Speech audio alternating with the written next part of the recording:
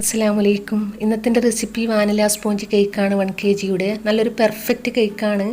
പഞ്ചസാരയൊന്നും പൊടിക്കേണ്ട ആവശ്യമില്ല, പെട്ടെന്ന് ഉണ്ടാക്കിയെടുക്കാനും പറ്റും.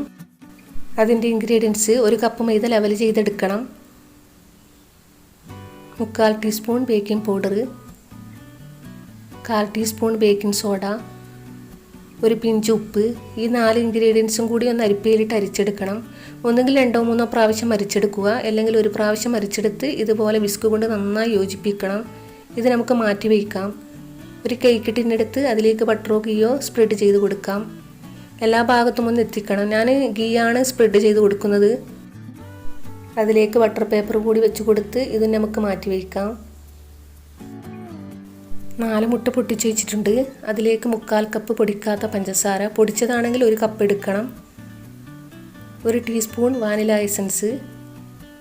ഈ 3 ഇൻഗ്രീഡിയൻസും കൂടി നന്നായി ബീറ്റ് ചെയ്തെടുക്കണം. കളർ ചേഞ്ച് ആകുന്നത് വരെ ബീറ്റ് ചെയ്യണം. ഇത് എത്രത്തോളം ബീറ്റ് ചെയ്തെടുക്കുന്ന അത്രയുമാണ് കേക്ക് നന്നാവുക. പിന്നെ പഞ്ചസാര പൊടിച്ചെടുക്കേണ്ട ആവശ്യമൊന്നുമില്ല, പൊടിക്കാതെ തന്നെ ഇടാം.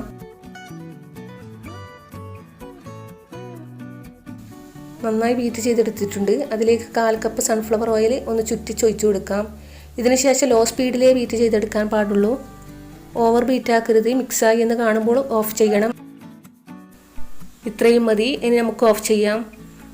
ഓവർ ബീറ്റ് ആയാൽ നമ്മുടെ കേക്ക് നന്നായി കിട്ടില്ല. നേരത്തെ അരിച്ച മൈദ മിക്സ് ഇല്ലേ, അതും 1/4 കപ്പ് പാലും എടുത്തിട്ടുണ്ട്. 3 പ്രാവശ്യമായി മൈദ മിക്സും 3 പ്രാവശ്യമായി പാലും ഇടവിട്ടിട്ട് ഇട്ട് കൊടുക്കണം. പിന്നെ പാല് ചൂടുള്ള പാലായിരിക്കരുത്, അതുപോലെ തന്നെ തണുത്ത പാലുമായിരിക്കരുത്. എൻ്റെ പാല് ഫ്രിഡ്ജിലാണ് ഉണ്ടായത്, അതുകൊണ്ട് തണുപ്പ് മാറാൻ മാത്രം ഞാനൊന്ന് ചൂടാക്കിയിരുന്നു.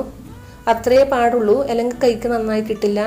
ഞാൻ പറഞ്ഞതുപോലെ ഫസ്റ്റ് മുതൽ ലാസ്റ്റ് വരെ ചെയ്യുകയാണെങ്കിൽ നല്ല സ്പോഞ്ചി കേക്ക് കിട്ടും. എനിക്ക് ഈ കേക്കിനോട് ഒരു പ്രത്യേക ഇഷ്ടമാണ്. ഏത് കേക്ക് ഉണ്ടാക്കിയാലും എനിക്ക് ഇത്ര തൃപ്തിയാവാറില്ല.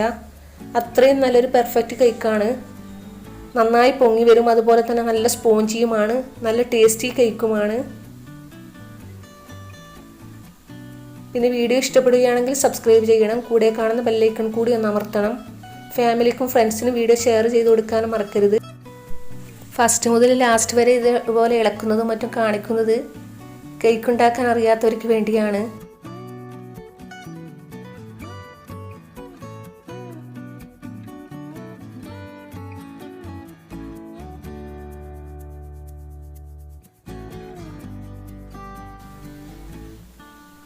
പാലും മൈദയും 3 പ്രാവശ്യമായി ഇട്ട് കൊടുത്തിട്ടുണ്ട്. ഇനി നമുക്കിത് കേക്ക് ടിന്നിലേക്ക് ഒഴിച്ചു കൊടുക്കാം. ഇതുപോലെ ചുറ്റിച്ച് തന്നെ ഇളക്കി കൊടുക്കാൻ മറക്കരുത്. ഒന്നുകിൽ ടൂത്ത് പിക്ക് കൊണ്ട് എയർ ബബിൾസ് കളഞ്ഞു കൊടുക്കണം, ഒന്ന് വരഞ്ഞു കൊടുത്തിട്ട്, അല്ലെങ്കിൽ 2-3 പ്രാവശ്യമായി ഒന്ന് തട്ടി കൊടുക്കണം. ഞാൻ തട്ടി കൊടുക്കുകയാണ്.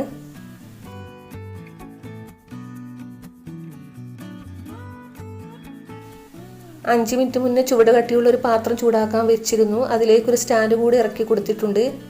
അതിൻ്റെ മുകളിൽ കേക്ക് ടിന്ന് വെച്ച് കൊടുക്കാം. 40-45 മിനിറ്റാണ് ഇതിൻ്റെ കറക്റ്റ് ഭാഗം. ലോ ഫ്ലെയിമിൽ തന്നെ ആയിരിക്കണം.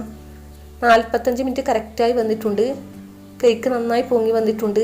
ഒന്ന് ടൂത്ത് പിക്ക് കൊണ്ട് കുത്തി കൊടുത്തു നോക്കാം. അതിലേക്ക് കേക്ക് പിടിച്ചിട്ടൊന്നുമില്ല. ഇനി നമുക്കിത് ഓഫ് ചെയ്യാം. കേക്ക് ടിന്നിൻ്റെ അടിയിൽ വെക്കാൻ ഇതുപോലെയുള്ള നോൺ സ്റ്റിക്ക് പാത്രം എടുക്കരുത്. പഴയ ചൂട് കട്ടിയുള്ള ചെമ്പെടുത്താൽ മതി. ഈ നോൺ സ്റ്റിക്ക് പാത്രം പെട്ടെന്ന് പോയി പോകും. നല്ല പെർഫെക്റ്റ് കേക്കാണ്, നല്ല സ്പോഞ്ച് കേക്ക്. ട്രൈ ചെയ്യാത്തവരാണെങ്കിൽ ഒന്ന് ട്രൈ ചെയ്ത് നോക്കണം.